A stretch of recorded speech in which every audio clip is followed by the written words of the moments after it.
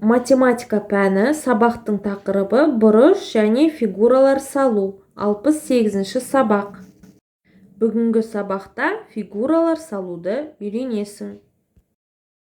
Түзу, сәуле, кесінді, бұрыш, геометриялық фигуралар.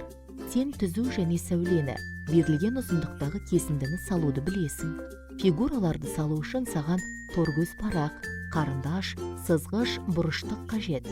Тік бұрышты салу үшін бұрыштықты, тік бұрышты, үш бұрышты, сызғышты қолдануға болады.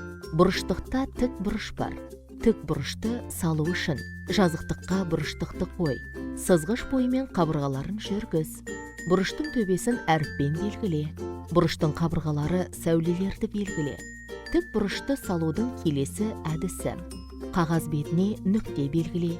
Сол нүктеден сызғыш көмегімен сәуле сал. Бұрыштықты тік бұрышы сәуленің бас нүктесіне, ал оның қабырғасын сәулемен сәйкес келетіндей етіп орналастыр. Бас нүктеден бастап, бұрыштықтың екінші қабырғасы мен сәулесін сал.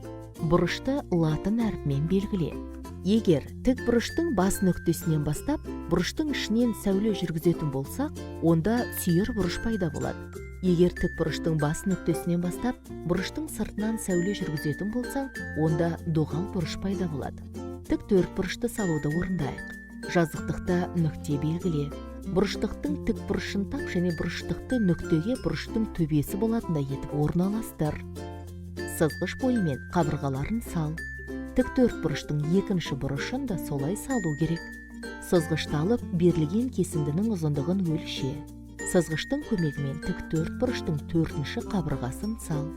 Тік төрт бұрыштың төбелерін латын әріпімен белгіле. Сызғыш және бұрыштық көмегімен A, B, C, D тік төрт бұрышы салынды.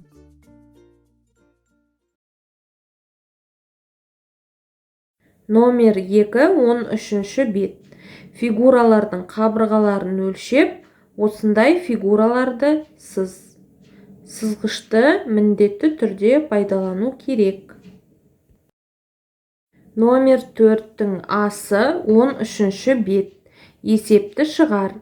Серуен кезінде Сырым 15 фотосурет, ал Әлия одан 6-ы артық фотосурет түсірді.